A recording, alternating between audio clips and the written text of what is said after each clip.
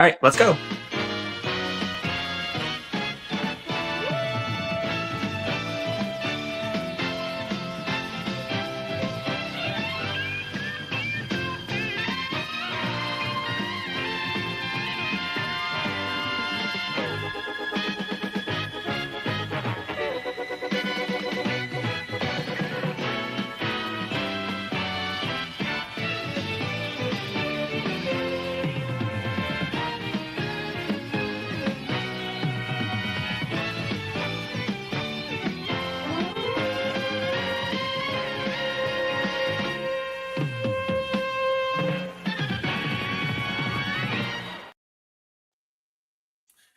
Hello, everybody, and welcome to Fantasy Football Fever. Tonight is Tuesday, December the 16th, 2025. However, wherever you're listening, thank you for joining us tonight. My name is John Flynn, and as you can see, Tim McClellan is not introducing us tonight because he is not here tonight because he is feeling a little bit under the weather tonight, So we're hoping he feels better because we're gonna need that energy for next week because next week will be our fantasy championship week preview because I know a lot of you are going to be in tune with that. So my name is Sean Flynn and to your right is our fantasy football league commissioner who will be handing over his championship crown from a year ago because he did not make the playoffs in our league. He is our league commissioner, Mr. John Natale. Yep, that's right, guys. This season, we are going to have a new champ. Is there a possibility it could be John Flynn? Very well so, because I've said this in past shows. The player that had Lamar Jackson in the last two seasons has won the championship. And the guy over to my left, he has Lamar Jackson. Yours truly won last year with Lamar Jackson. LC Muscles won the year before. Will Lamar Jackson be that key player again? We'll soon find out. Yeah, I mean, it's going to play a huge role into that, and has and my starts and sits for the week have a lot to do with players on my roster this week. So we'll get into that in just a little bit, but we are going to highlight if you can see clearly here. Yeah, I think if you because it's especially good if you're on a full screen. I will adjust it a little bit here, but we're gonna talk about our matchups for the week for the first round of our playoffs. So this was the 4-5 seed matchup. I was the one in my league, so I was going to face the winner of this matchup in the semifinals this week, and it is out. And I'll be playing Alex Putnam as he knocked out Dino by a score of 164.62 to 131.4. And Natale, he got huge contributions from his running backs, Bijan Robinson and Travis Etienne. Oh yeah, very, very huge there. And yeah, and oddly enough, he left major points on the bench with what's his face, Kyle Pitts, but yet he still won. I mean, in theory, he could have ended up with 200 points, which is super rare in this league. But I think I did it once a couple of years ago, but. So, but that is rare, and like fantasy playoffs have the tendency to be crazy because of some teams that quit, like the Jets, who. So so Travis Etienne, looking at his numbers, he had 105 all-purpose yards and 3 receiving touchdowns on 4 targets for that. And then Bijan Robinson, he had 175 all-purpose yards and 8 catches and a touchdown. He wound up with 29.5 points. That he started the Houston Texans defense. I mean, he could. He left the Eagles on the bench, who shut out the Raiders, and gave up only 75 yards of offense in that one. As for Dino, he got a huge letdown performance from Bucky Irving, and that was really the root of his problems. He only got 60 yards rushing and one catch for 11 yards from Bucky Irving. He did get 22.9 points from Jalen Hurts, who threw for 3 touchdowns and 175 passing yards. Harold Fannin Jr. So, and when I discussed earlier in the summer about rookies that were set up for success, that special we did back in May, I included Harold Fannin Jr. on that list, and he's put together some solid results here. 7 catches for 48 yards, but it did not turn out to be enough. And Josh Jacobs had 2 total touchdowns, but that wasn't enough either. So I will be playing Alex Putnam in the second round of our fantasy playoffs, and then in the other matchup between Lucas and Casey, and Casey was the one that got in over you, Natale, because of the tiebreakers, and right. He wound up getting smoked by Lucas, 192.6 to 123.56. And Casey got 41.4 points from Amon-Ra St. but Lucas domination from Trevor Lawrence, James Cook, Colby Parkinson has turned in really good games recently. So so his team is coming together at just the right time here. So so that was incredible stuff over there. So you have that 192.6, 330 yards passing, 5 touchdowns from Trevor Lawrence. And I listen, I don't think he's going to have those numbers against Denver like he did against the Jets, who in a performance that got their defense fired. So yeah, but looking at some of the stats, we mentioned Trevor Lawrence, Jahmyr Gibbs. So he and this was despite Jahmyr Gibbs having a down day, because the Rams really keyed in on slowing down the run, and didn't care if Amon-Ra St. had the performance that he had. 164 yards receiving, 2 touchdowns, 13 receptions, 18 targets. But Puka Nacua with 9 catches, $181 through the air. Colby Parkinson had a couple of touchdowns, and I think with what happened with the Packers, with the questions about the Eagles, we think the Rams right now might be the best team in the NFC, if not the best team in the NFL. Yeah, very, very possible. But one thing that might set them back a bit, we don't know how long Davante Adams will be out for. Right, and I think that's going to be a big deal. So each of the Rams and the Seahawks is going to have some big questions for what might be the most consequential game of the season to date coming up in Seattle on Thursday night. I think it's going to be a terrific ball game coming up on Thursday night. So yeah.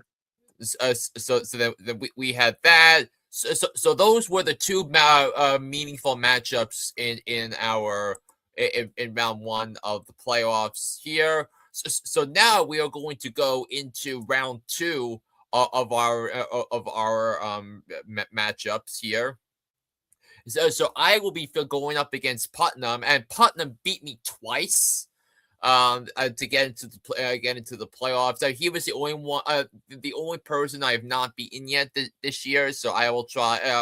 Hopefully, it's 3rd time's the charm, and I need it because the last 2 years I got knocked out in the in this week of the playoffs, the semifinals. So we'll see how that turns out. And right now, Putnam has an edge of 139.3 to 133.9 with the aforementioned Bijan Robinson and Travis Etienne. And Matthew Stafford's got a tough matchup in Seattle against the Seahawks, but we'll definitely have to keep an eyes up on that. And also, look at I have the Seahawks defense, and he's starting Matthew Stafford. So that's going to be a juicy matchup right there. Yeah, And it's then either. Yeah, the thing is here, if Matthew Stafford gets touchdown passes, that's going to give you less points on defense. So yeah, that's one thing. That's one conundrum. But then then if you could intercept Stafford, less points for him and more points for you. So you got to right. kind of like back and forth thing here.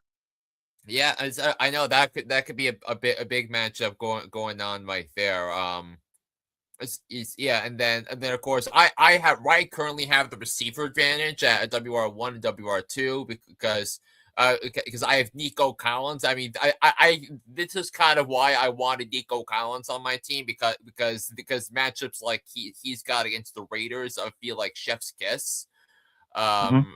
I've been screaming Nico Collins was someone I wanted to draft in round 2 in the draft. I wound up doing that, and now I have him in a great spot in the fantasy semifinal. So on the bench, Drake London. We'll see what that's like. And I have options with Terry McLaurin, Kenneth Walker III. Jackson Dart is something that I'm really on the coin flip of that. So Lamar Jackson is projected to score 2 fewer points than Jackson Dart, but I will tell you what I really think about those 2 quarterbacks coming up later later in the show here. So before we get into the next matchup here, we actually have a question here from Alex Savage 910 here. It's before we get into it. Okay, let's see what we got here. Okay, so hi. Let's see if we can get the right. So hey guys, what's up? This is my team, week 16. So he's starting Drake May, Trevion Henderson, Bucky Irving, Justin Jefferson, Jackson Smith-Njigba, Trey McBride, and Woody Marks as his flex option, and then. And then on his bench, he's got Wan'Dale Robinson playing the Minnesota Vikings, Quinshon Judkins against Buffalo, Emeka Egbuka, and RJ Harvey. So you think this is a lineup that you think, or do you think there should be some adjustments? Mm-hmm. Yeah, the only one I'm on the fence on is Woody Marks. Yeah.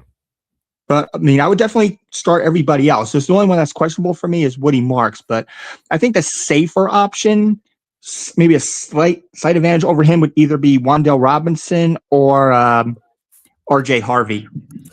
Yeah, I think that the thing I'm concerned about Wan'Dale Robinson, and there's a chance I'll probably start.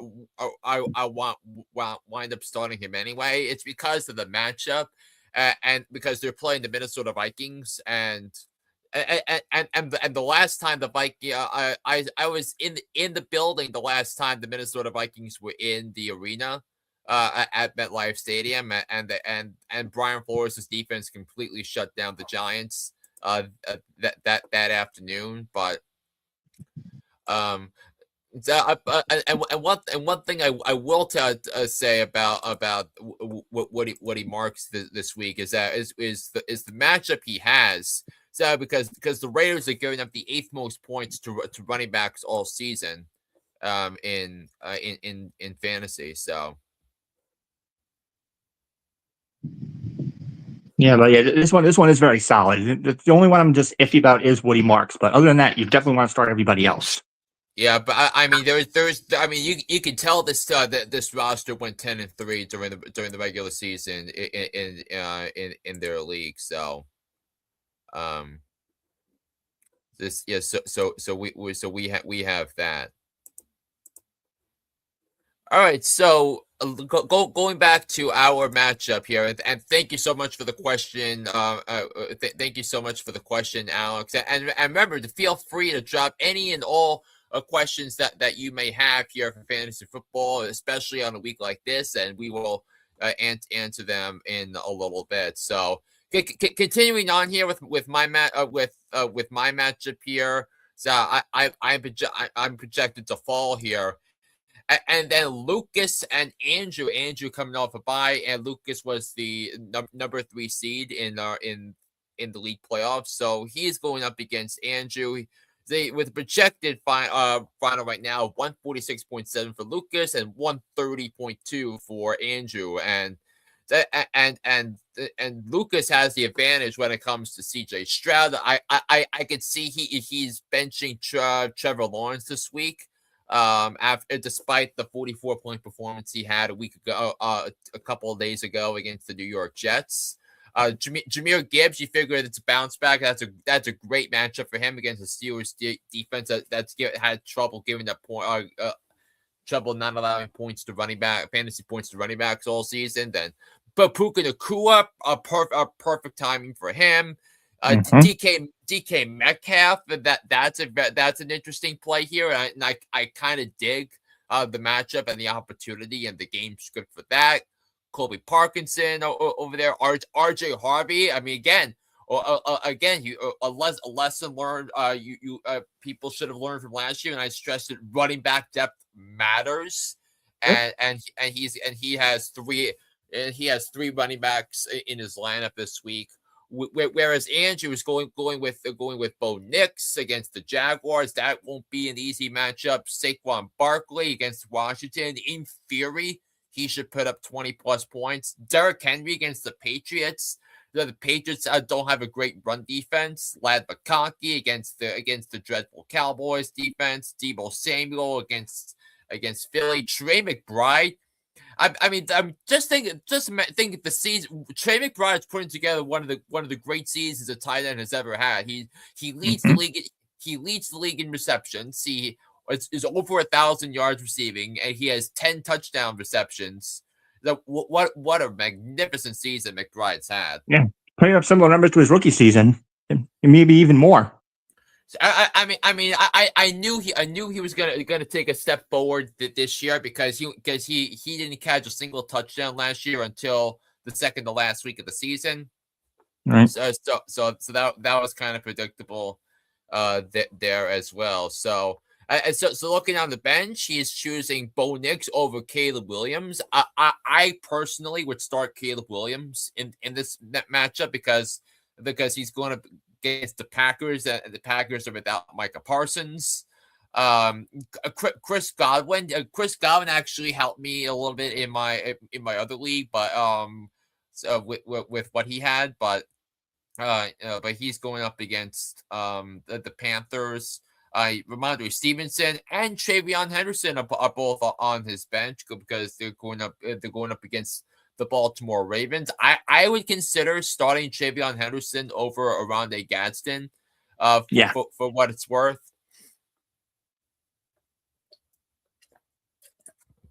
Yeah, and then Lucas for the moment is leaving Ted McMillan and Keenan Allen on his bench. The key players there. So it appears Lucas's lineup is set. We'll see if Andrew makes any changes as well here. So I mean, this is why it comes to the point of the show where we talk about the hot topics, and boy, we have a hodgepodge of hot topics to discuss tonight, Natale, because it was a lot of injuries and stuff. Mm-hmm.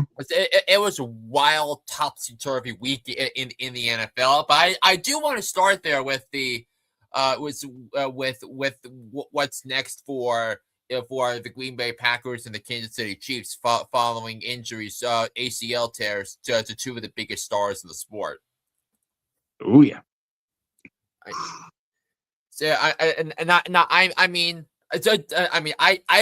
was very confident in my pick of the Packers to beat the Denver Broncos in Denver because I didn't think that the Broncos were as good as their record indicates. But then Christian Watson goes down, and then Micah Parsons goes down into the ACL injury, and then bam, the Broncos score 21 score 20 unanswered points to put away the Packers and knock the Packers out of first place in the NFC North. So, man, the Packers were. I mean, think about this, Natale. The Packers were playing so well. Since they got embarrassed at home by the Eagles defense on Monday Night Football, since that time, so the Packers were playing as well. They played high level football for 4 weeks, and then most of the game against Denver, an 11-2 team, and then Parsons goes down, and the defense just completely collapses. Yeah, they're definitely in big trouble now. They got to figure out something fast. Yeah, and they gave up their first round picks each of the next 2 years to acquire Micah Parsons too. Would you regret the trade if I'm the Packers? My answer is no, because he is a tremendous one of the best players in all defensive players in all of football, and his impact was felt all throughout the season for the Packers, and now. Yeah, I think you're going to see that why his value is so high in the coming weeks. Mm-hmm.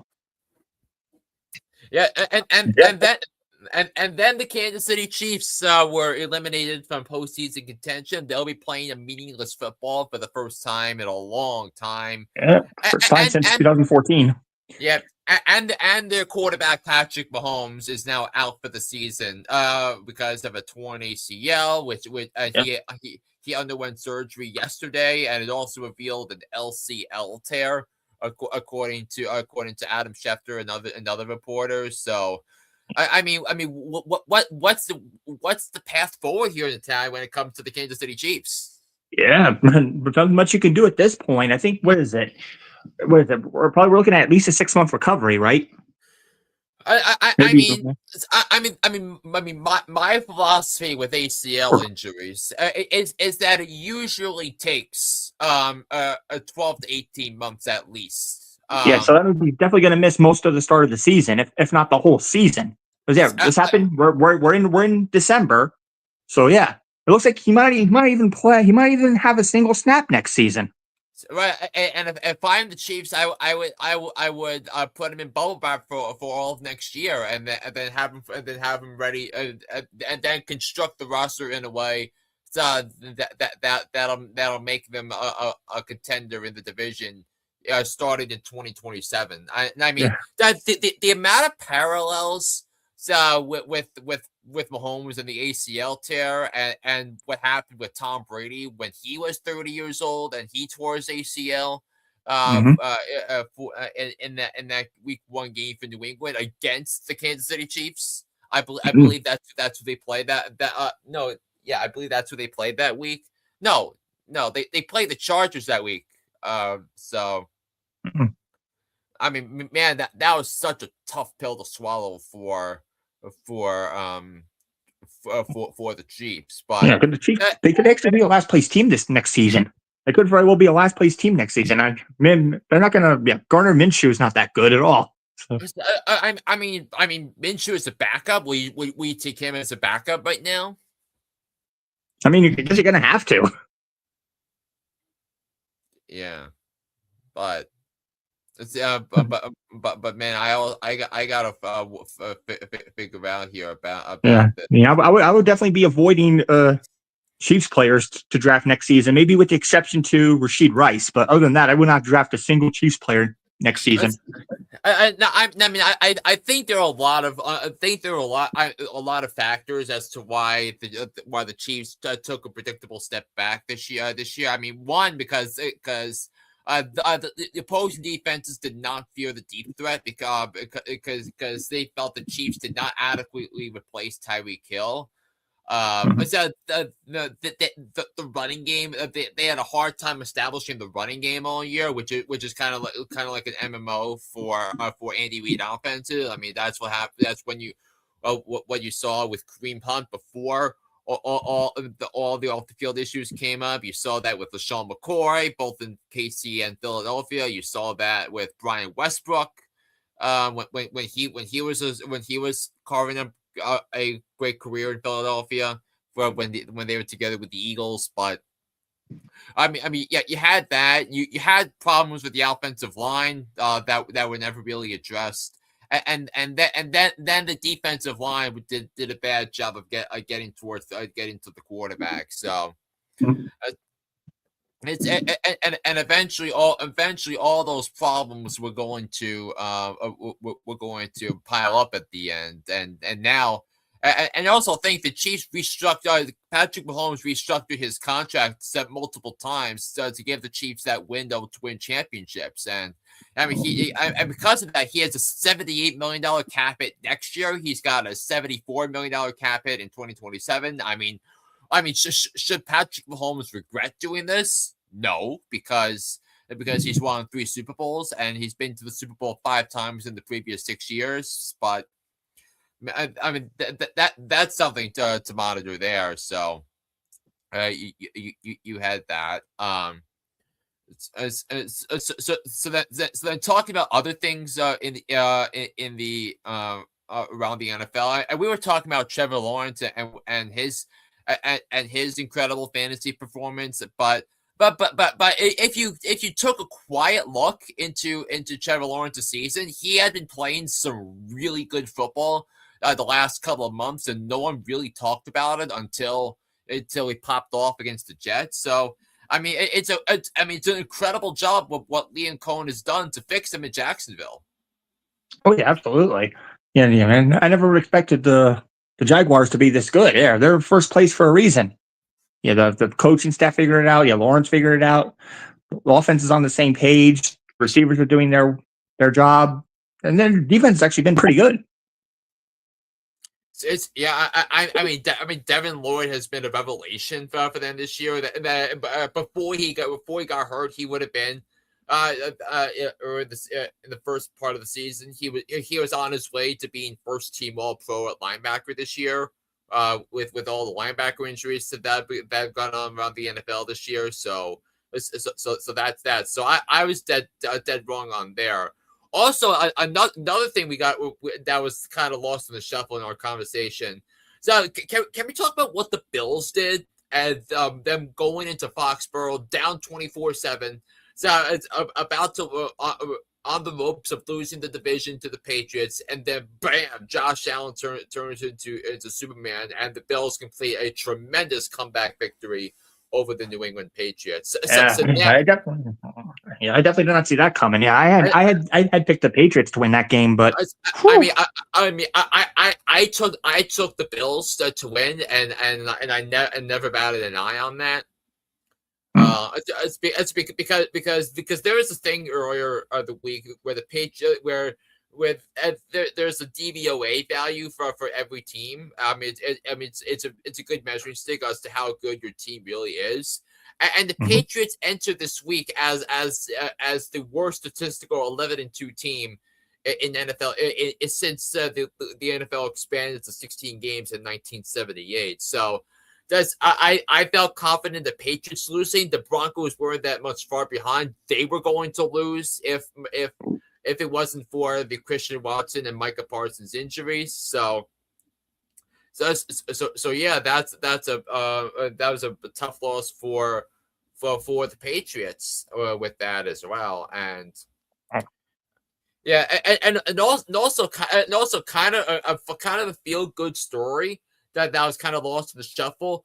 44-year-old Phillip Rivers. Wow. Played a real life NFL football game on Sunday, and like he almost took the Colts as 13.5-point dogs, and they almost shocked the Seahawks. Wow. Yeah, I thought he was going to be really rusty, but nope. He actually did pretty well. He played well in that loss. I mean, considering he was just he was only signed to the practice squad a week ago, and then added to the active roster just a couple days later, and then for him to almost beat Seattle. I mean, part of the deal was that the Colts defense did a great job of keeping Sam Darnold in that offense in check for most of the game. So. Yeah, so if it wasn't for Jason Myers, they would have won. Jason Myers single-handedly saved Seattle that game. Yeah, 6 field goals in an 18-16 win over the Indianapolis Colts. I mean, I thought for sure. I mean, that was my lock of the week. I think that was Tim's lock of the week. It wasn't mine. I don't remember what I put for mine. I think mine was the 49ers. Yeah. They barely covered a 12.5-point spread against the Titans, but let's talk about a good game for Brock Purdy. I mean, Christian McCaffrey. I mean, he's putting up great numbers. His volume is unbelievable, but is it time to start thinking about starting to fade him a little bit starting next year? Because I mean, he's coming off the because an injury riddled season a year ago. He had and he's been the number one running back in fantasy all season. But his yards per carry is not there, like what it was, and the reason why he's such a big commodity in fantasy is because what he does in the receiving game. So, I mean, so where do you stand on the long term outlook of Christian McCaffrey? It's kind of hard to say. When he's healthy, for the most part, yeah, he's lights out. But when he's injured, he obviously can't do anything. But I don't know. He's really hard to evaluate. He's one of those like low risk, possible high reward type of moves. He's really hard to assess. I mean, or high risk, high reward kind of thing. I mean, this year was definitely a high risk, high reward for McCaffrey on the heels of what happened last year. He's getting there in age. It's his 9th season in the NFL. So there was definitely a huge risk attached to it, but the reason I drafted McCaffrey in 2 of my leagues was because I didn't know what the best alternatives were after Bijan Robinson and Jahmyr Gibbs. So and Bijan went number 1 overall in our league to Putnam, and that gives him a big advantage going into going into the matchup coming up on Sunday this weekend against me. But now you wonder aloud here what are we going to about what is going to be what version of McCaffrey we're going to see starting next year that I've been starting to see a decline in his activity. Yeah, possibly, because right. If I had to make a call right now for like next season, he's probably maybe the 6th or the 7th running back to be drafted. So I could think of several ahead of him. I would put Bijan Robinson ahead of him. I would put Jonathan Taylor ahead of him. I would put Davante Adams ahead of him. Derrick Henry, maybe Derrick Henry. I mean, the Ravens are gonna have need better offensive line play in order for that to happen next year. And I think Derrick Henry is up for free agency at the end of this year because his contract was for 2 years, and he's going to be 32 years old on the day of the season of the NFL season finale. And last year, I mean, last year was actually kind of an anomaly for Henry because he had averaged 5.9 yards per rush last year, which was by far, which was actually his best, even surpassing the 2,000 yard season he had in Tennessee in 2020, where he was just unbelievable that year. So a lot of interchangeable parts with Baltimore, but if the Steelers lose to the Lions and the Ravens win, they'll be back tied to first place, and Baltimore and Pittsburgh will be meeting up in Pittsburgh in Week 18, and that matchup could be for the division and the playoffs. As of Week 16, nobody has clinched a division yet, which is I think the latest we've ever gone without having the division without any of the divisions in the league clinched already. So there's definitely a lot to play for. So yeah. But now I do want to go towards the trivia questions now. So I believe Natale had a trivia question himself. So yes, I forwarded as I said before we recorded. I sent it to Tim. Yeah, he took a guess. He was partially right, but not quite for what I was looking for. So with that being said, my question was: out of all the teams that have a player that have won an MVP award, which team has the longest drought without a player winning an MVP award?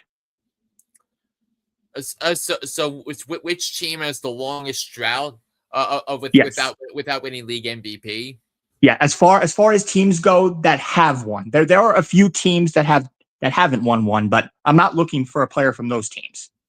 Okay. Only players that have won from a team are eligible. Yeah. Okay. Yeah. Tim was very close. He guessed a team from a player that never won. Okay. So Tim was close. He was on the right track. He just happened to guess a team that doesn't have any. It's okay. So I'm just trying to okay, because I know. Yeah, we're going by regular season. So I'll give you an example. You know how Josh Allen won last year, right, in 2024? Yeah. I'm looking for that, basically, that scope. Okay. So. Oh, so we had that as well. So I just wanted to because I thought I had a trivia question dialed up, but I'm trying to remember what it was. So yeah. No. So another topic I wanted to discuss before we got into my starts and sits for the week, and I have 12 pieces of advice for that in my notes. Shador Sanders.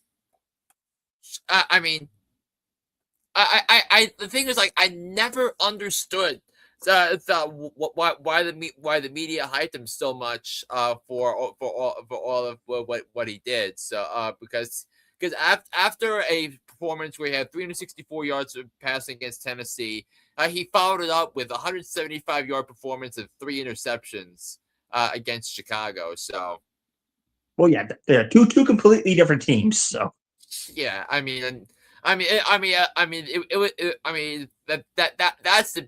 such a big source of inflation, right there. So, okay, I'm trying to remember what my question was, but if I remember it, I'll get to that at the end of the show. So. Do you have starts and sits this week? Because I know I do. it's just you. Okay, So if you want to do them now, I'll mute myself. That way you could do yours. Yep, here we go. So these are my picks for starts and sits for the week. So we're going to start with quarterbacks. So my fantasy sleeper for week 16 in the NFL, I'm going to go Caleb Williams of the Chicago Bears, and we just mentioned the Bears Browns game with Shador Sanders having that have another atrocious game.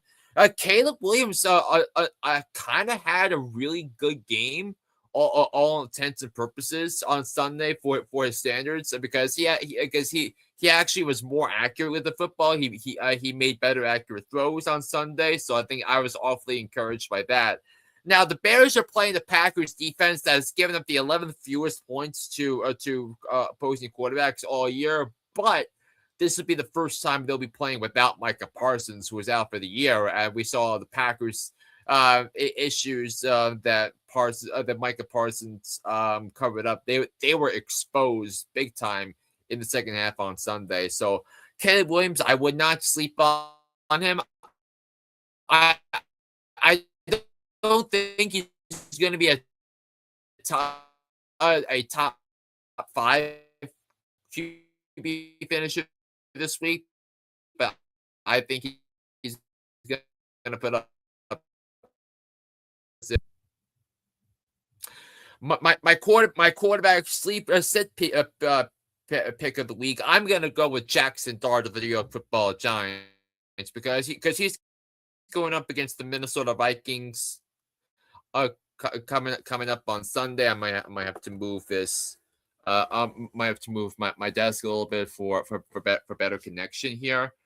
So yeah, but the Vikings have given third fewest points to opposing quarterbacks all season, and the Vikings defense held Dak Prescott to just 11 fantasy points on Sunday night. So I think he's going to take a bit of a step back from his 22 point fantasy point output against Washington on Sunday. So I'm going to sit Jackson Dart. And starting my QB fantasy start pick of the week, I got to go with Lamar Jackson of the Baltimore Ravens. Now they're playing a team that's 11-3. The Patriots are 11-3, but So, but similar to Lamar Jackson, Josh Allen was a mobile quarterback, and the Patriots had problems stopping him in the second half, and the Patriots are not built to beat teams to slow down quarterbacks that are mobile. So Lamar Jackson has trended positively in the last week or two. So I think he's going to get better. And also, the Patriots don't have a great run defense either. So which is why when you saw on my other chart on my team here, I had Lamar Jackson, Jackson Dart. I'm going to be starting Lamar Jackson and benching Jackson Dart. My running back fantasy picks of the week. My dud of the week is going to be Ashton Jeanty of the Raiders, and it's kind of crazy that it's not that Jeanty has been bad when he's getting the ball. So because when he's getting 13 or more touches in a game, he's averaging 17 or more points for fantasy points per game. When he's getting fewer than that, he's been averaging just under 8 points a game. So. I don't think Jeanty is bad, but his talents have been kind of wasted, and now he goes up against the Houston Texans defense, so which has given up the 8th fewest points to running backs this season in fantasy. So Ashton Jeanty is my sit of the week. Now, my fantasy sleeper of the week at running back is Quinshon Judkins. For the Cleveland Browns. Now, it's going to be now. Grant, the Browns' offense stinks, and they're going up against the Bills. But I kind of would guard against sitting him if you can, because the game script could be because I think Buffalo's going to smoke Cleveland. That garbage time receptions. If you're in a PPR league, which I think which would be interesting there, and Quinshon Judkins would be the recipient of some of those receptions. So I would not sleep on Quinshon Judkins. And my fantasy start of the week, I'm gonna go to Bucky Irving of the Tampa Bay Buccaneers. Now, Bucky Irving had a dreadful performance against Atlanta on Thursday night, which was unacceptable. And the Bucs need to do a better job of getting Bucky Irving the football. Now, I do get that Irving is working back from that injury, but the Bucs are in a must-win situation against Carolina because if they don't, because Tampa and Carolina are tied to the standings. Whoever loses that game loses control of their own destiny and could be eliminated by if the other team wins next week. So. So I would start Bucky Irving in a must-win game for the Tampa Bay Buccaneers coming up on Sunday against the Panthers defense that has given up the 10th most points to opposing running backs this season. So that's a definite start there. In terms of wide receivers, my fantasy dud from wide receivers. I mean it's unfortunate for me to say because I don't like my other options anyway. It's Wan'Dale Robinson of the New York Giants. It's similar going up against the Vikings. They've given the second most points to opposing receivers all year. That they did a great job shutting down the tandem of CeeDee Lamb and George Pickens. I mean, George Pickens has taken a big step back after the comments he made and the attitude he showed on Thursday night a couple of weeks ago. So that couldn't have come at a more inopportune time in my other and the other league I'm still alive in. So you have that and is there, but Wan'Dale Robinson is my sit of the week because I think it's going to be a dominant performance for the Minnesota Vikings. On that front, so I'm gonna sit. So Wan'Dale Robinson would be my sit of the week, unless you absolutely have to start him. My sleeper of the week is going to be DK Metcalf for the Pittsburgh Steelers. Now, DK Metcalf had a couple of catches and a touchdown in the Steelers' victory over Miami last night, and now he faces a Lions secondary that's decimated by injuries. but has also given up the second most points to receivers this season, and DK Metcalf being the lead receiver for the Pittsburgh Steelers, I think could benefit from it. It's going to be an indoor game. It's going to be a high scoring type of ball game. So I'm going to go with DK Metcalf on this one to get some catches and targets from Aaron Rodgers. And my start of the week is going to be Michael Wilson of the Arizona Cardinals. Because the Cardinals are facing a Falcons team that's given the 8th most points to receivers this year. I think he is in for another monster day. I just want to take a look at take a look, Natalia, and I'll unmute you for a second here while I still have those numbers up there. I mean, take a look at Michael Wilson's numbers in recent weeks. It was down last week, 5 catches for 54 yards and a touchdown. But in Michael Wilson's last 3 home games, 15 catches, 185 yards, 10 catches, 118 yards, 11 catches for 142 yards, and 2 touchdowns. Well, I mean, it is completely absurd, Natale, about what's going on out there. It's, I mean, if you unmute yourself and if you can explain more, make sense of what Michael Wilson's been up to. Yeah. It's like a generational run here for him. Yeah, pretty amazing. Yeah, he has he stepped in since Marvin Harrison Jr. went down from an injury, and he's really tearing it up. Even if Marvin Harrison Jr. returns this season, he might solidify himself as the new number 1 wide receiver out in that field. He's earned it. He's had an amazing run without the services of Marvin Harrison Jr. and I was dead wrong for all of that. Yeah, and it's just unfortunate that the Cardinals have nothing to play for at this point. They're already eliminated. Yeah, and they're playing another team that's already been eliminated from the playoffs in the Atlanta Falcons coming up on Sunday. Now to the tight ends of this week. So my sit of the week is going to be Mike Gesicki of the Cincinnati Bengals, and Mike Gesicki is coming off a tough performance against Baltimore for what he's had, but he's only projected at 7.1 points, and he only had 1 catch for 11 yards in the loss to Baltimore, and some of the comments Joe Burrow made about not having fun, and the issues surrounding the Bengals. I just don't know if Mike Gesicki is going to put up some numbers. Now the Dolphins did give up 2 rushing touchdowns to tight ends this week, but I don't really think it matters that much when it comes to that. So I would bench Mike Gesicki this week.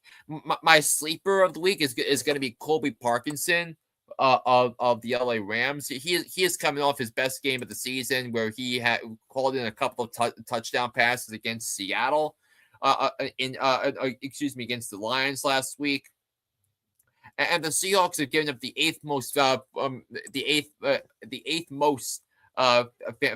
fantasy points to opposing tight ends this season. So I would not be surprised if Colby Parkinson beats his projection of 10 points on Thursday night against the Seahawks. And my start of the week it has to be Kyle Pitts, because what Kyle Pitts has done without Drake London, and it is assumed that Drake London is not might not play on Sunday. We'll have to see it. We're gonna have to see about that there, but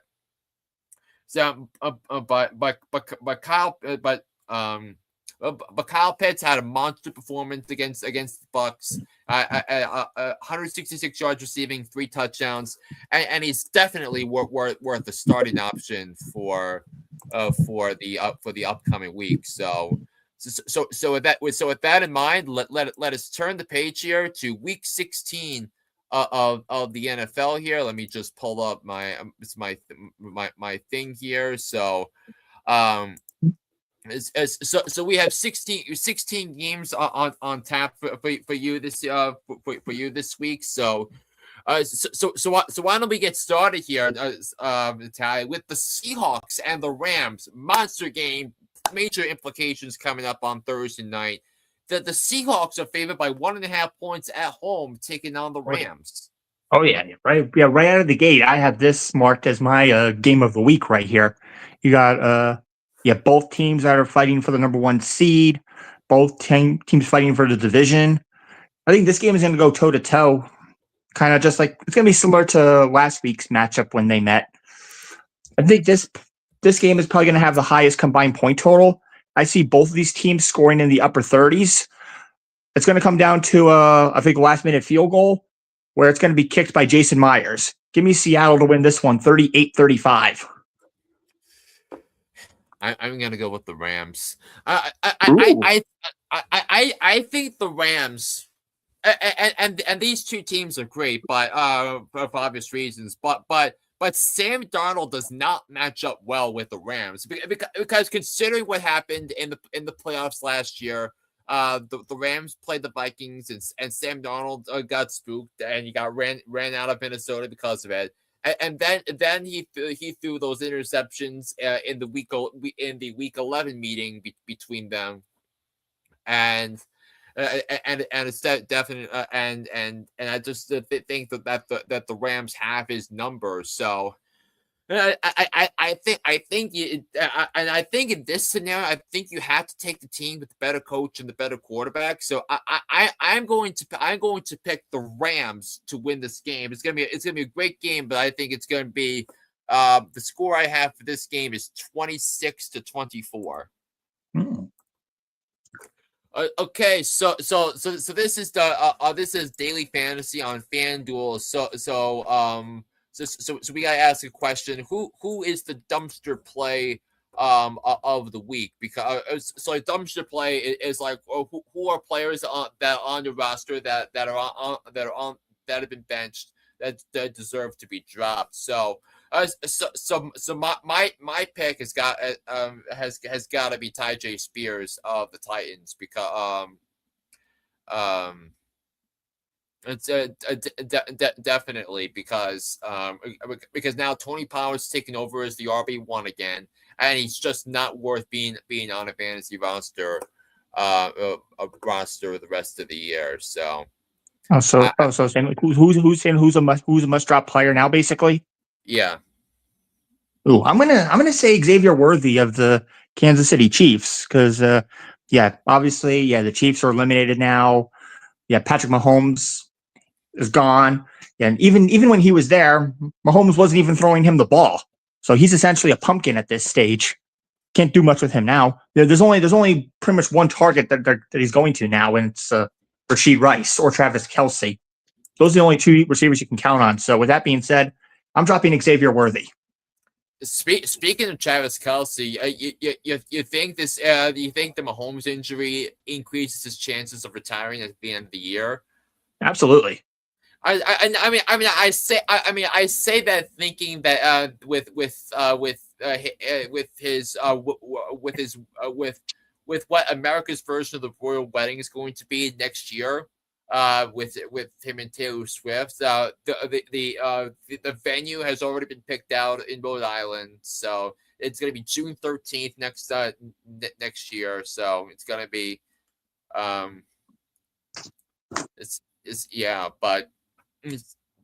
So we're going with Worthy and Spears here, but I just don't we can't be relied upon the rest of the year. So this is all right. So let's go to the game. Let's go to the ball games coming up on Saturday. We got a doubleheader on Fox. First game at 5 p.m. The second game at 8:20.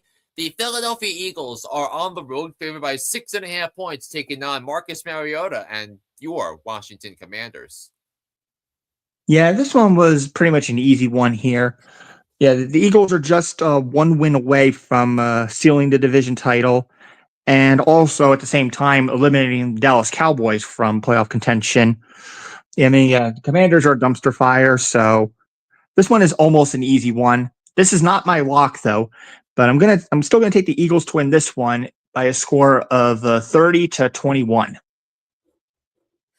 Yeah, I'm gonna pick Philly as well. I mean, granted, Washington played some great some good football, and I think Mariota has been better this year than Jada Daniels in the games he's been. Consider that game against Denver where they almost won that game, and then Jada Daniels comes back, turns into a pumpkin against the Minnesota Vikings, gets hurt, and the rest was that, but. But I think I think the Eagles are going to avoid the 2023 collapse this year because they have a much better defense than they did in 2023. I'm going to pick the Eagles to wrap up the NFC East and be the first back-to-back NFC East division winners in over 20 years. Would you believe that? Oh yeah, that's right. Yeah, I mean that drought will finally end when the Eagles beat the Commanders, now they're winning by a score of 28-17. Yeah, and I believe Tim picked the Eagles too, if I remember correctly. I know he sent his scores in the chat. Yeah, so we should bring that up here. So yeah, I mean, I'm logging in now. I mean, I could probably take care of that if you need assistance here. If you don't mind, while I'm yeah. While you read Vampire Luke's comment, I'm gonna log into my account here and get that set up. Yes. So Luke is in his 8-person league. So he's starting Sam Darnold, Bijan Robinson, Davante Chan, Nico Collins, Khalil Shakir, Trey McBride, Jalen Waddle. Let's see. Little, the kicker from the Jaguars and the Bills defense, and on his bench he's got Alvin Kamara, Jordan Mason, Tony Pollard, Trey Tucker, George Kittle, and he's putting in a waiver claim for Gardner Minshew. That roster is stacked. Yeah, and I mean Gardner. I remember Gardner Minshew is playing the Titans this week, so because he's filling in for Mahomes. Yeah, that's a very, very solid roster, Luke. I wouldn't change a thing. But I mean, all these rosters are really supposed to be solid because it's fantasy playoffs time. True. And as far as Tim's scores, he has Seattle winning and covering 27-24, and he has Philly winning and covering 30-20.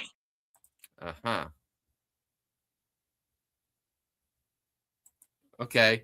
All right, so let's go on to the next game. We got the Green Bay Packers on the road in Chicago, taking on the Bears, with Green Bay, Natale, favored by 1.5.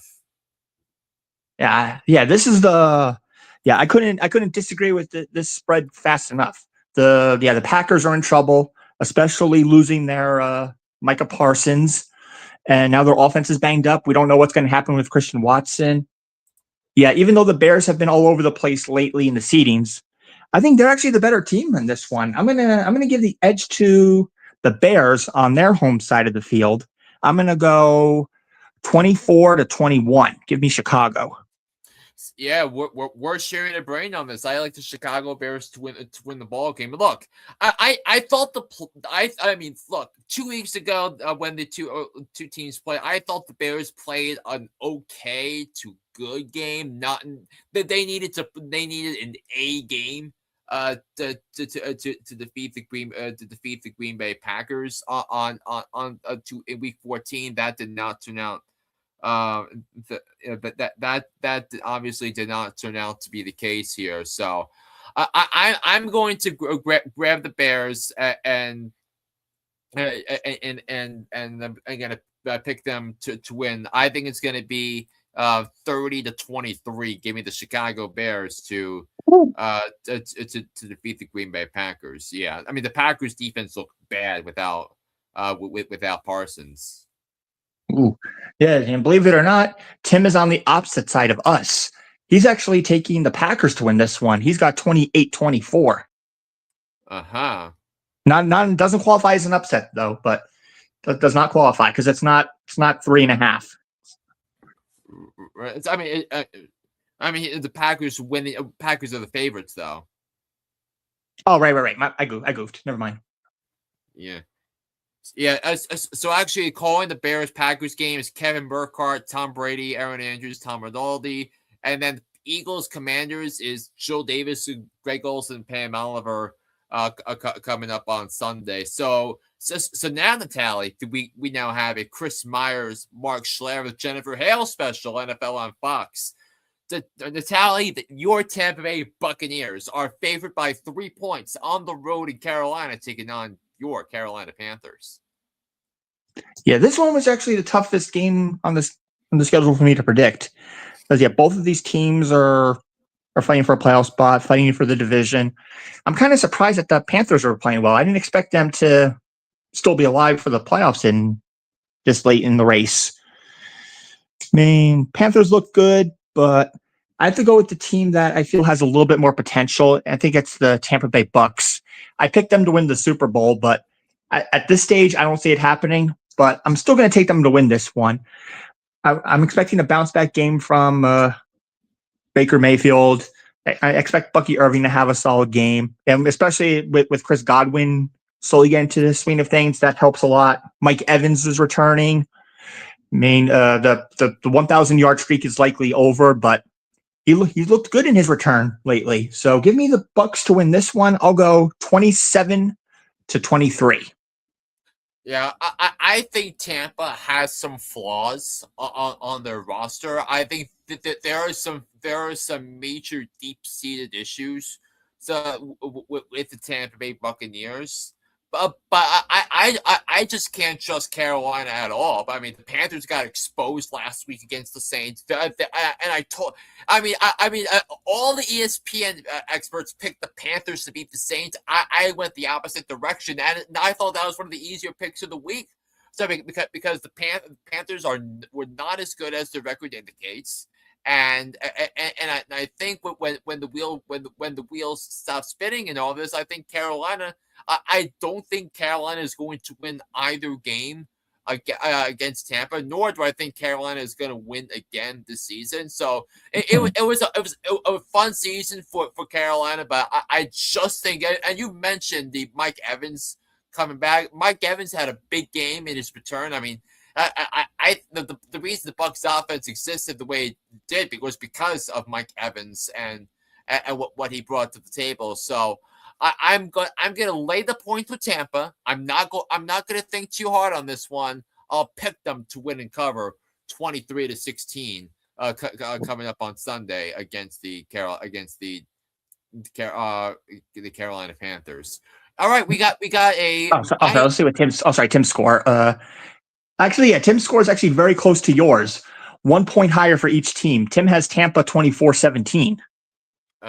So we have that. So all right, next game, Iron Eagle JJ1 Evan Washburn game, NFL on CBS. Natale, your Buffalo Bills favored by 10 points on the road, taking on the artists formerly known as the Cleveland Browns.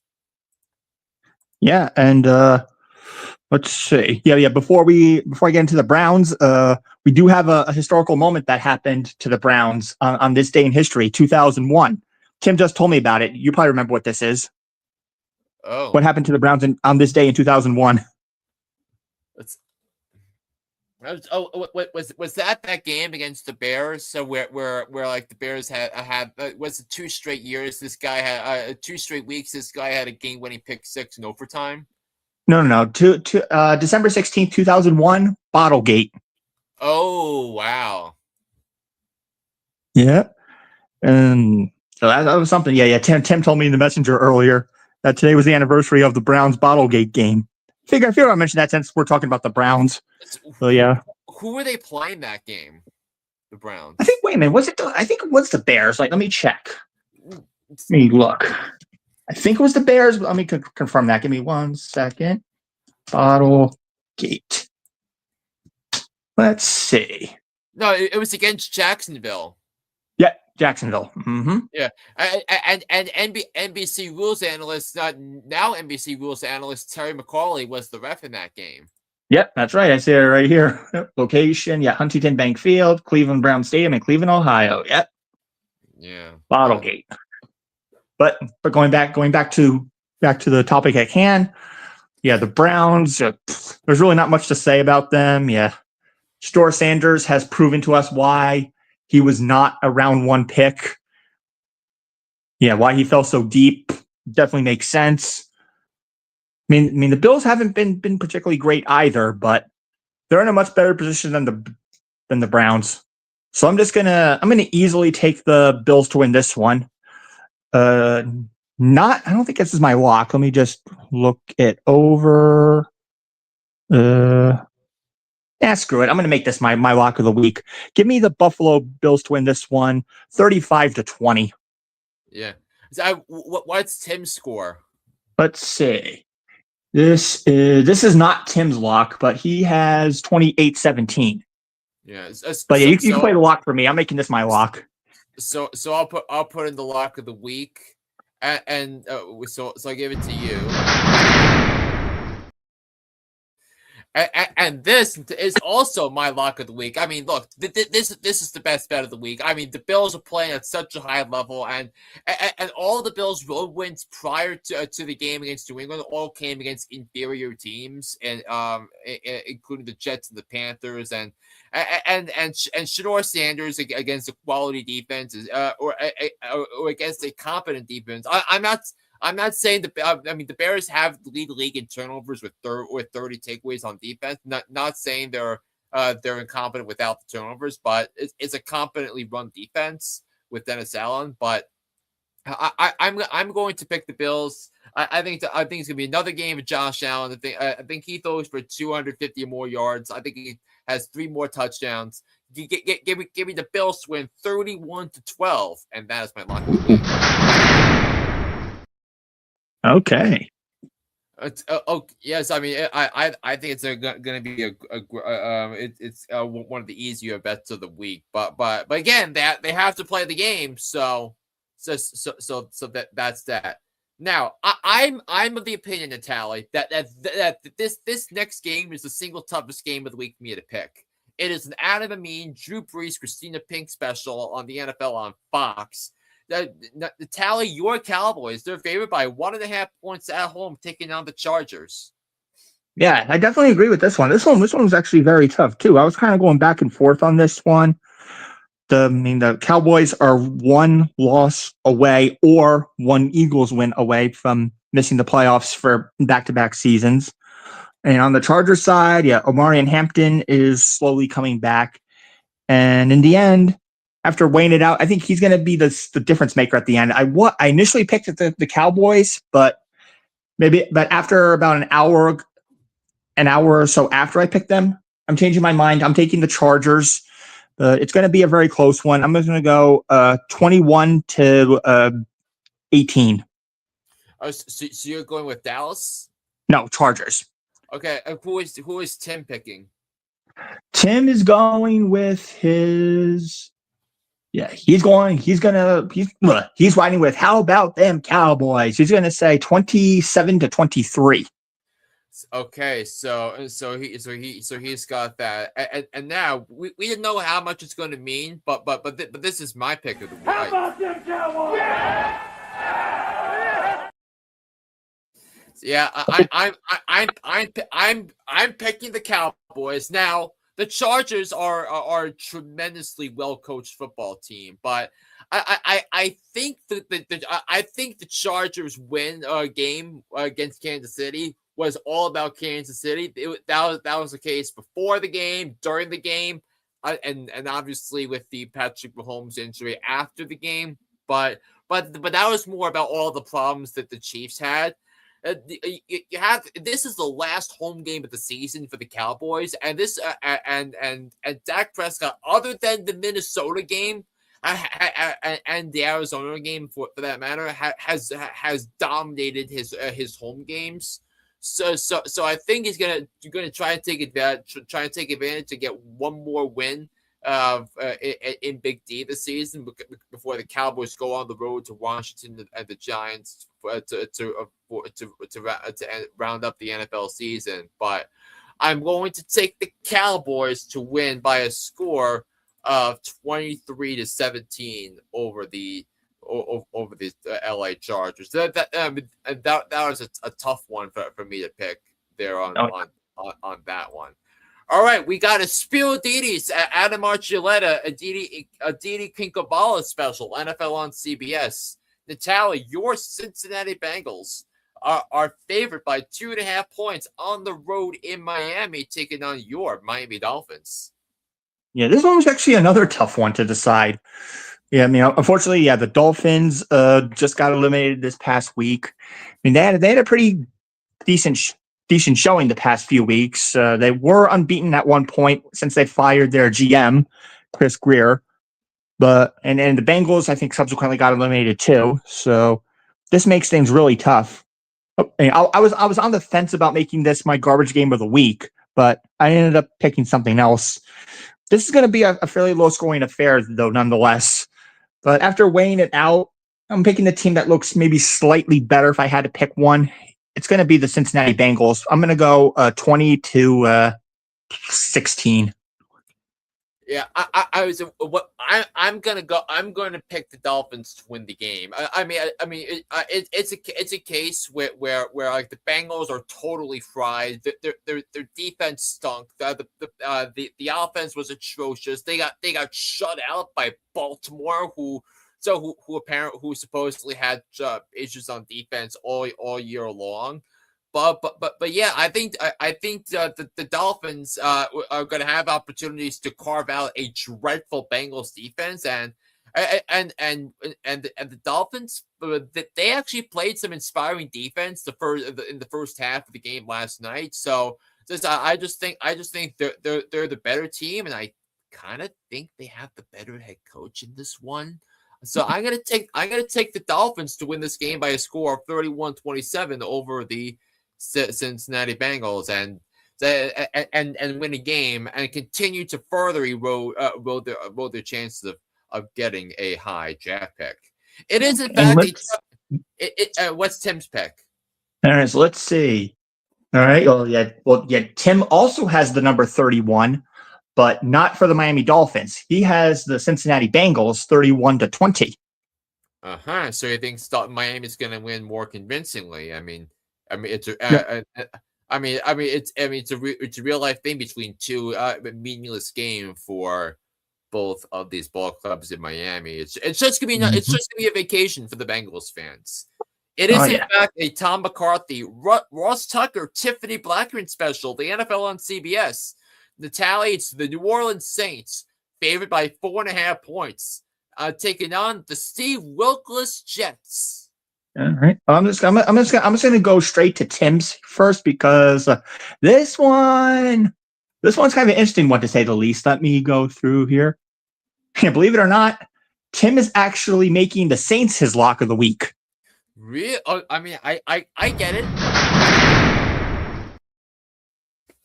Yeah. Tim is locking up the Saints with a score of 27-20, and yeah, I mean both of these teams are pretty much garbage, but I'm going to take the Saints to win this one. But oddly enough, since both of these teams are so bad, I'm just going to pick the Jets to cover here. I'm going to go 23-20. I'm going to grab the Saints to win, but I'm going to grab the Jets with the points. I hear your point, Natalia, but the efforts has been so bad all year for the Jets. Aaron Glenn can't coach his way out of a paper bag. There's a somewhat of a case to be made that he should be fired. He should be one and done. And as long as these pathetic efforts to take place, I just don't know what's going to happen now. Now the Jets will continue to lose to tank for a higher draft pick because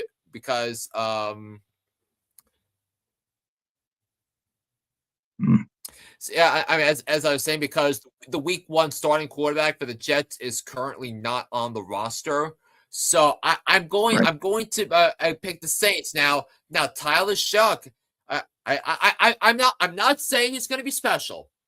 I'm not saying he's going to be special, Hmm. but he ain't no scrub.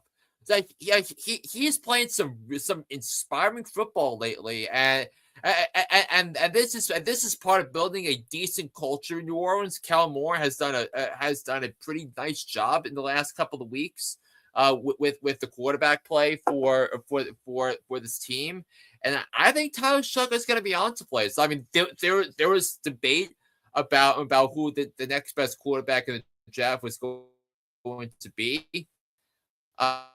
behind Cam Ward. I mean, Shedeur Sanders was in that conversation based on his talent. Somehow was in that conversation. Hmm.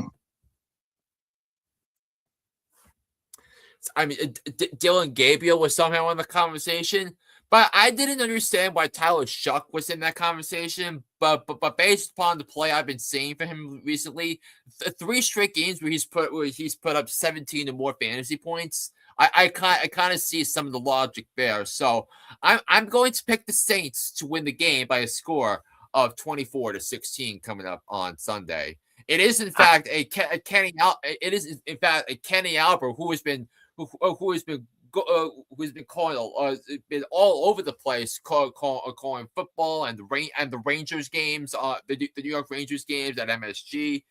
It is a Kenny Albert, Jonathan Vilma, Megan O'Leary special, NFL on Fox. So Natale, your Minnesota Vikings are favored by 3 points on the road, taking on the New York Giants. Yeah, I wish I could say good things about this Giants team, but yeah, Mike Kafka is 0-4 as the interim coach, and but despite him being 0-4, this offense actually hasn't looked half bad.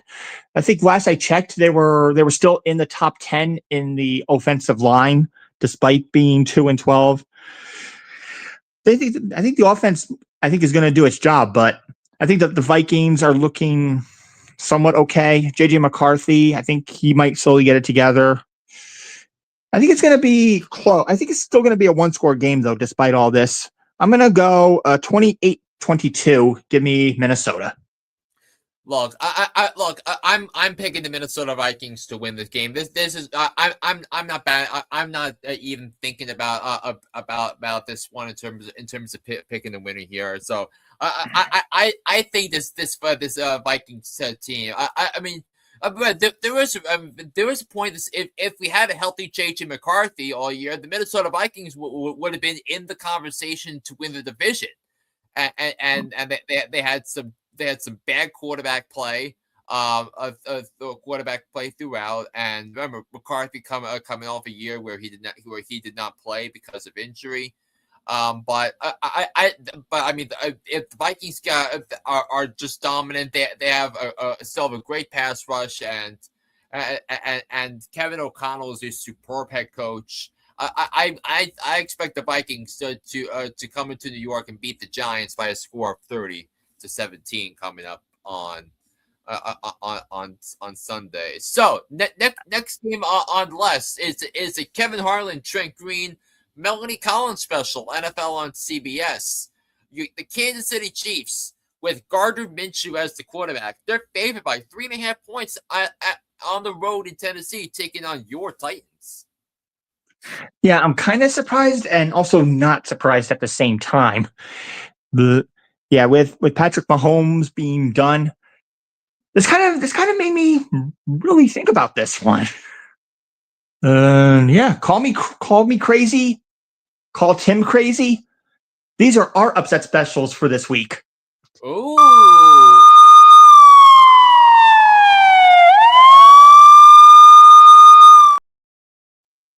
Yeah, yeah. Without, granted, yeah, that they still have a solid core of wide receivers as far as the pass catchers go. But I don't know what to think with Gardner Minshew as the quarterback right now. I need to see him in action. I think he's gonna do okay, but for some reason, Tim and I both feel that the Titans are going to pull off an upset victory here. So, yeah, I have the Titans winning 21-17, and Tim has the Titans winning 24-23. And then going back to Minnesota for a second, Tim has the Vikings winning 30-23. Okay, so it's not far from where I am. Look, I'm grabbing the points with Tennessee too, but I'm not picking the Tennessee to win. But I'm picking Tennessee to cover because I think Cam Ward's been playing some decent football the last couple of weeks. If you've been watching the games, he's been pretty decent. And he's starting to figure out this NFL game a little bit. So that's something to monitor right there. But look, I just think the Titans are one of the worst teams in the NFL, and the Chiefs actually still have some dudes that can play and ball out. So I'm gonna pick the Chiefs to win this game by a score of 16-13. So you guys have this as your upset special. I have this as my garbage game of the week.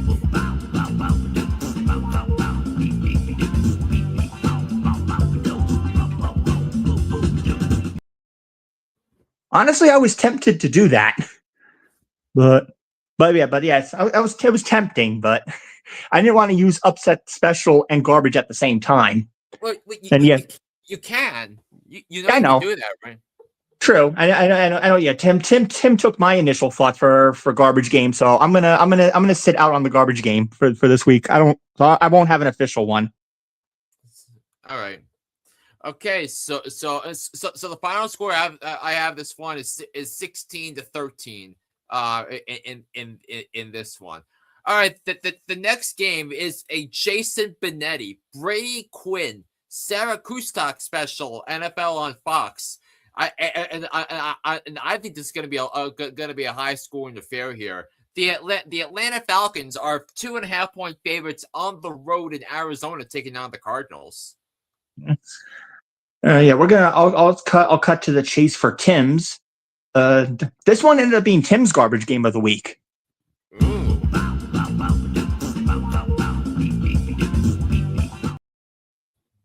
Yeah, he actually has a low scoring affair here. He has Arizona winning 20-17. Yeah, this one was the one I kind of went back and forth on this one too. And on this one, I made another change at the last hour. Several hours before recording, I had one team in mind. But about an hour before showtime, I had another change of heart here. I'm going to pick the team that I feel is slightly better on paper right now, the team that probably has the healthier options, the more talent. I have the Cardinals winning this one.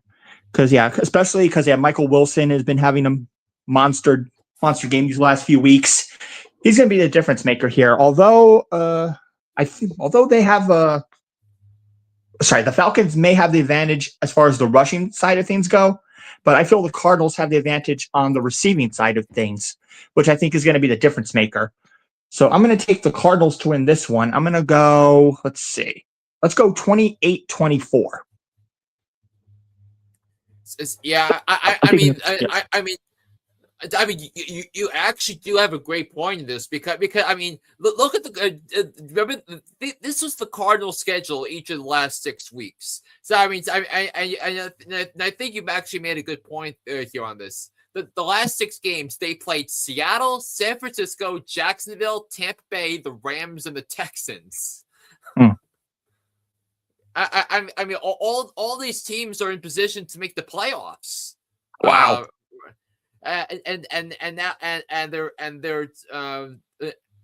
their wins this season have been against the Saints and the Cowboys and the Panthers team that's currently on the outside looking in as well. So I'm gonna pick the Cardinals. I think you made a good point on this. I think with Jacoby Brissett and Michael Wilson, I think those are gonna be things here, but. I'm gonna pick the Cardinals 28-25 over Atlanta, but if you have a notable fantasy player in this one, I would consider starting him. I think it's gonna be a lot of moving the ball up and down the field in this one. So 28-25 Arizona over Atlanta. Mm. Yeah, so that's going to be that there. Now, this is a tremendous game, I think, as well. It's a Kevin Kugler, Moose Johnston, Allison Williams special, NFL on Fox. The Denver Broncos are favored by 3 points at home, taking on your Jacksonville Jaguars, America's team. Ooh, yeah, this one is actually another tough one to call here. Yeah, the Broncos are coming off of 11 straight wins, I believe. In Jacksonville. 11 straight wins. Yeah, that's crazy to think about, but yeah, 11 Yeah. straight wins. Yeah, who would have saw that coming? Yeah, and yeah, their defense looks good too. But I mean, I think that they almost look like the complete team, but they also might be a little bit flawed in some way. Because I think majority of almost all their wins, I think, was by one score games, I believe. Yeah. But then on the other side, you got Jacksonville. Jacksonville's playing surprisingly well as a first place team. I'm actually tempted to grab the points here. I'm gonna take Denver to win this one, but I'm not gonna take Jacksonville to cover. I'm gonna go very high scoring affair here. I'm gonna go 31-30. Oh, really? So you got a cop out here. So what's Tim's pick for this one? Let's see. Tim's got Denver winning and covering 26-21. All right, so you're going in different boats here. Denver winning covering. You got Denver winning, Jacksonville covering. I've got the Jaguars winning this game. I mean, if it wasn't for the injuries to Watson and Parsons, the Broncos would have lost last week, but. Man, Jacksonville's been playing some inspiring football, and Jacksonville's blowout victory over the Chargers is more impressive than anything Denver has done all year. Any of Denver's 60-minute performances. Yeah, they had the comeback against the Giants, which was impressive, but that was more about the Giants completely falling apart here. But I'm going to pick the Jacksonville Jaguars to win this game. I think it's gonna be it's gonna be a good strong game between two playoff caliber teams. So I'm gonna pick Jacksonville to go on the road and beat Denver by a score of 21-17. Yeah, so that's what I have on with that game coming up. All right, so it is in fact, Natale, a Jim Nantz, Tony Romo, Tracy Wolfson special, NFL on CBS. Natale, it's the Detroit Lions, favored by 7 points at home, taking on Lucas Cantwell's Pittsburgh Steelers. Wait, on the graphic it says Pittsburgh, so it's really the Lions that are favorites? Just want to make sure. Yeah, the Lions should be favored by 7. Oh, okay, I was going to say, are my eyes deceiving me? I was like, wow. Yeah, the Lions are favored by 7 in this game. So pardon that. Oh, okay, so there was a typo in that graphic. Okay, there we go. Yeah, I was gonna say, wow, if Pittsburgh was favored by 7, I was gonna say, whoa. But yeah, this one is I think can go either way. The Lions are fighting for their playoff lives. Pittsburgh is fighting for their playoff lives.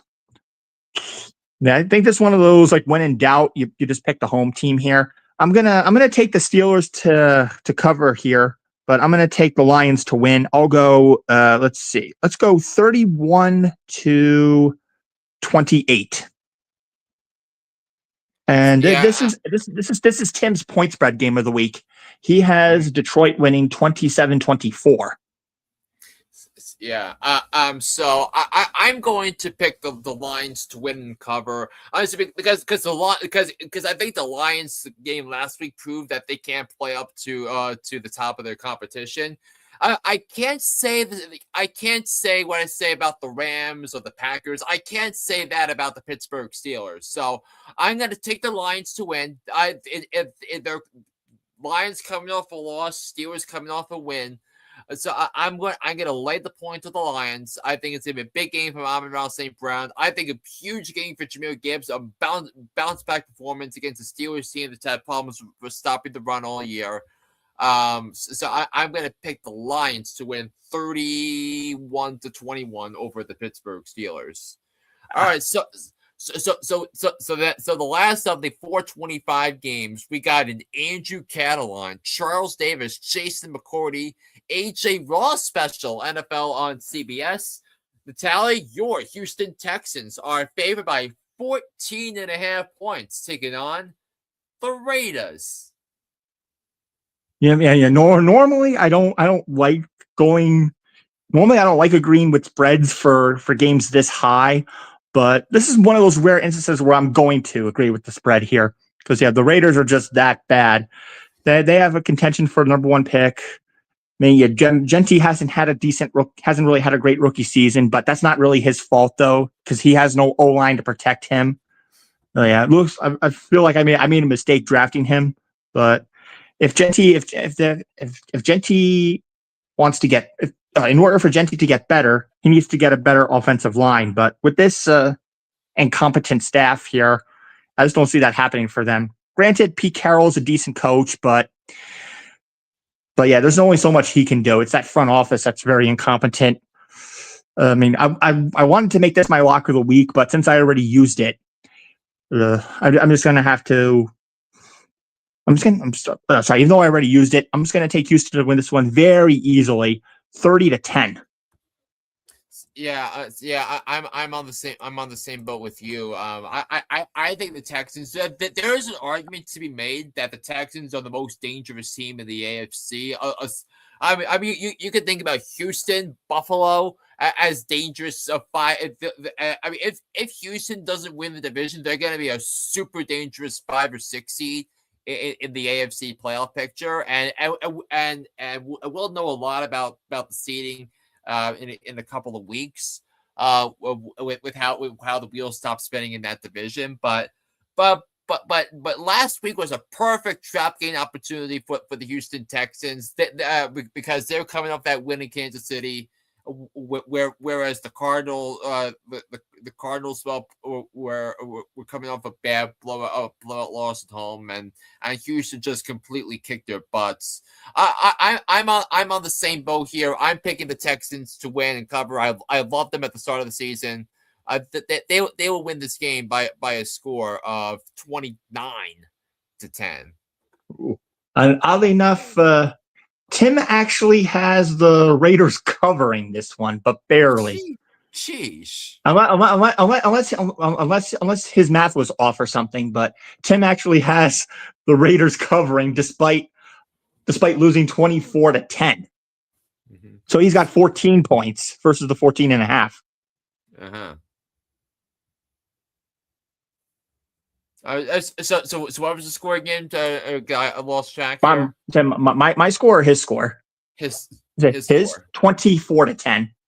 Okay. So he actually has the Raiders covering because he has a 14-point differential. Yeah, I mean, we'll see how the Texans navigate things if they're up by a lot at the end, which we all think is going to happen. All right, Mike Tirico, Chris Collinsworth, Melissa Stark special, Sunday Night Football on NBC. We got the Baltimore Ravens favored by 3 points at home, taking on your New England Patriots. Yeah, this one was another tough one to decide. I mean, part of me wanted to go with the Patriots, part of me wanted to go with the Ravens. This one was really hard, but because the Ravens haven't clinched anything yet, they haven't clinched the division yet, they haven't clinched a playoff berth yet. But yeah, Patriots are essentially in it. So, with that being said, Ravens are fighting for their lives. So I'm gonna take the Ravens to win this one in a bit of a slugfest here. I'm gonna go 35-30. Give me Baltimore. Yeah, I like Baltimore too. I mean, I think the Bills exposed the Patriots for some of the weaknesses they have on defense, and of course, Lamar Jackson is my.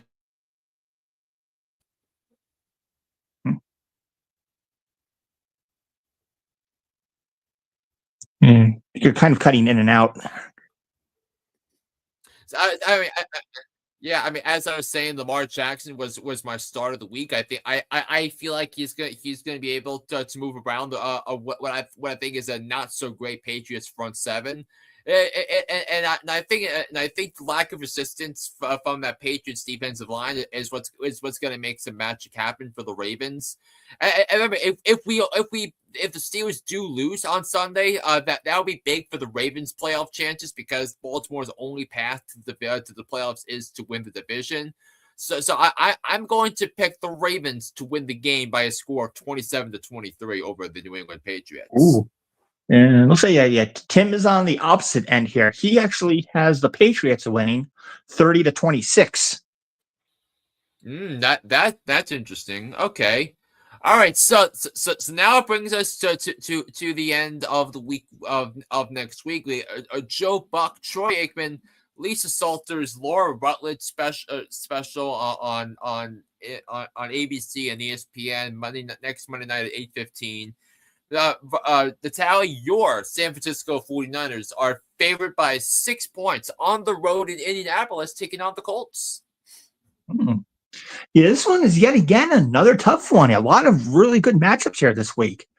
Yeah, Phillip Rivers is coming off of a pretty solid game against the Seahawks. And yeah, he's gonna face a team from the same division. He's going to face the 49ers. This is going to be a kind of a similar matchup here. 49ers are fighting for a division spot here. But yeah, I think it's going to be, I think this is another one of those games where I'm going to take the points here. Rivers is going to have another decent game. I think he's going to get a couple of touchdown passes here, but in the end, I'm going to have San Francisco win this one 28-24.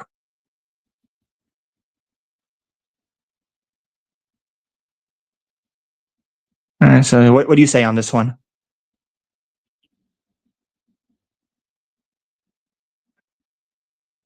I think because my mic was cutting out. So what was your score again?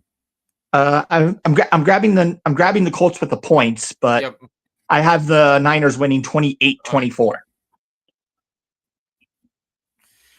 Yeah, I mean, it was great, but I'm gonna pick San Francisco here. I just think San Francisco is playing some really good football. They got the schedule coming up at the right time here. With the Colts things, and look, now that Phil Rivers has some football under his belt this year, now it's going to be easier for other teams to game plan against him or game plan around him. So I'm going to lay the 6 with San Francisco. I just think they're playing some really good football, and I don't think San Francisco is talked about much enough as a dark horse team to potentially make a run here with the NFC. But yeah, I'm gonna take the Niners to win this game, but by a score of I have them winning 20.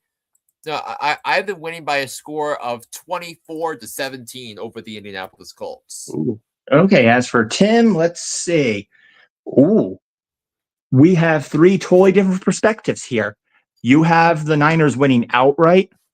I have the Niners winning, but the Colts covering. Tim is on the complete opposite side. So we got a double down for Tim. Another upset for him.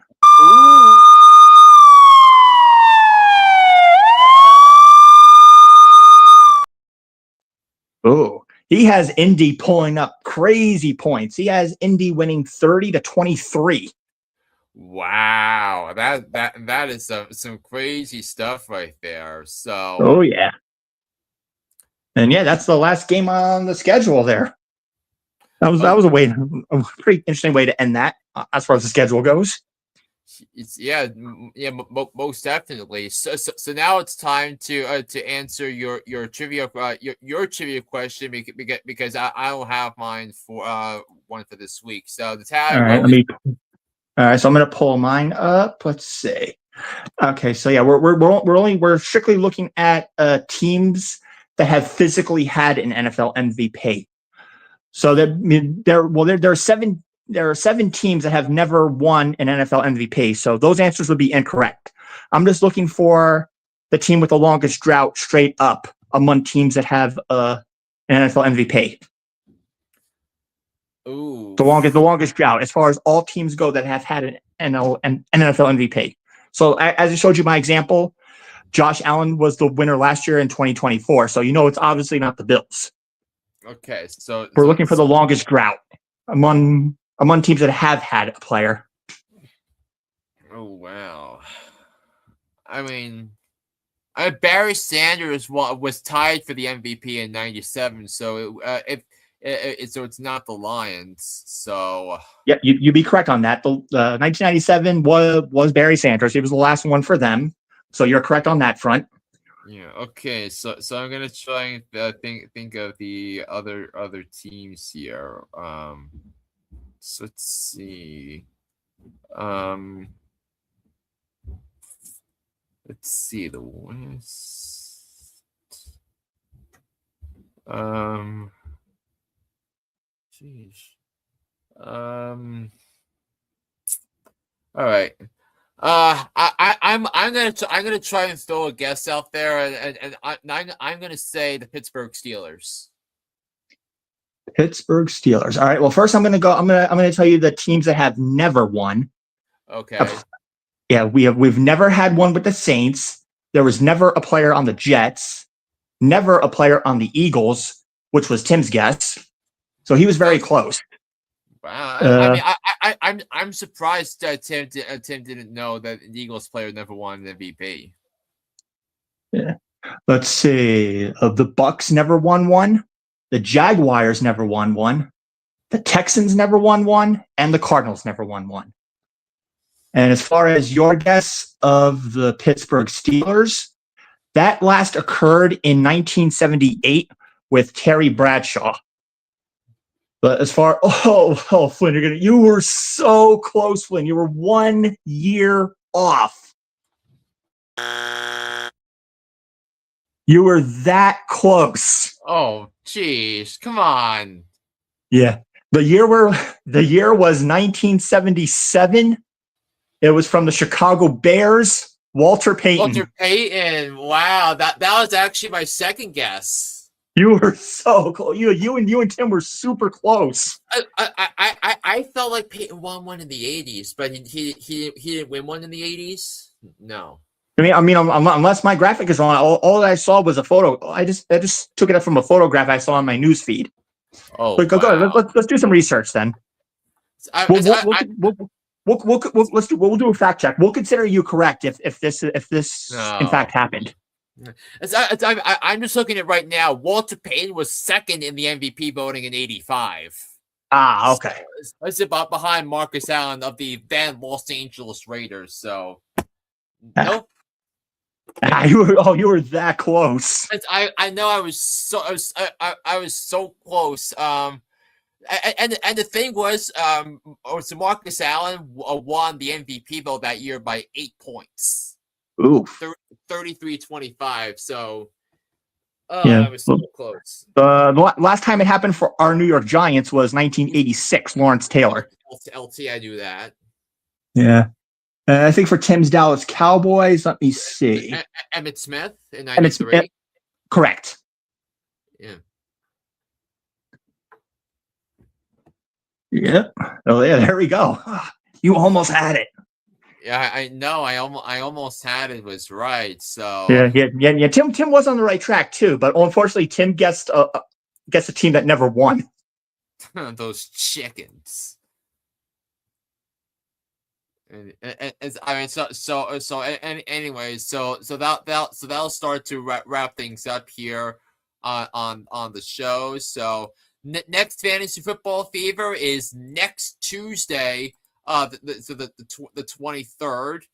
It'll be Fantasy Championship Week preview. So we will try and get the participant or if I'm not in the championship next week, the participants of the Fantasy Championship Week to preview their Championship Week matchup. So whether it's with Alex, Lucas, and or Andrew, we'll see if those cats show up for that. And since this a podcast episode was simulcast on Tim's channel, just a reminder that the Pain and Game Pick'em show with Alex, Lucas, and Timmy will be tomorrow night at 10 p.m. East Coast time. So we had that. So we had that. Of course, for those of you watching on my channel, you can watch Hooked on Sport. Watch Hooked on Sports on YouTube now with my channel, and of course on whatever podcasting podcast platform that you use to retrieve your podcast. So that'll do it for this week's edition of Fantasy Football Fever. I'll be we including Tim should be back here next week to discuss all of your questions for Fantasy Championship Week. So until next Tuesday night at 10:45 p.m. Eastern, this is John Flynn and John Natale saying so long, and as Tim would say, always remember, be a good sport. Take care, everybody, and we'll be back here next week. So